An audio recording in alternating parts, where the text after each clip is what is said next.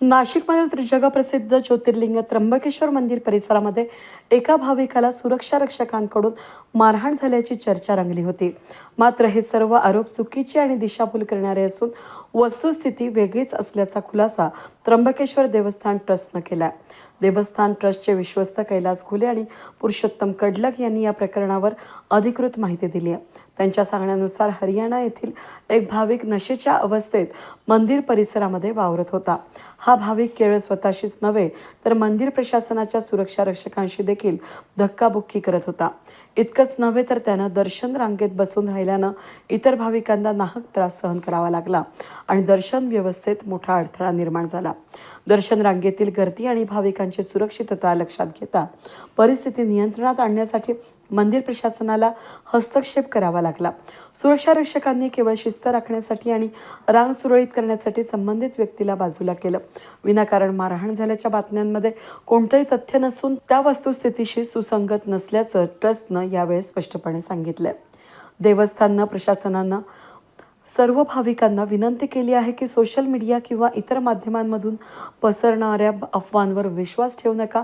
अधिकृत माहितीची खातरजमा करूनच प्रतिक्रिया द्यावी. मंदिर परिसरातील शिस्त, भाविकांची सुरक्षा आणि दर्शन व्यवस्था विनाव्यत्यय पार पाडणं हेच आमची प्राथमिकता असल्याचं प्रशासनानं म्हटलं आहे. कालची जी बातमी आज पूर्ण वृत्तवाहिन्यांवर फिरत आहे तर ही वस्तुस्थितीला धरून नाही आहे.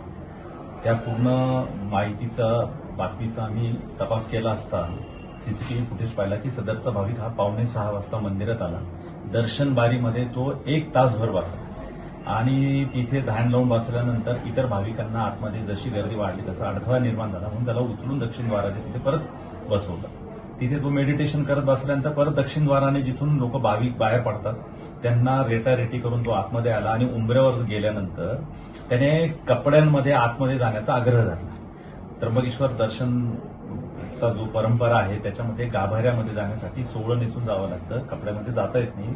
उंबऱ्यावरच्या तुंगार जे प्रतिनिधी आहेत त्यांनी आणि आमच्या सुरक्षा रक्षकांनी समजून सांगितलं की आपल्याला असं आतमध्ये जाता येणार नाही.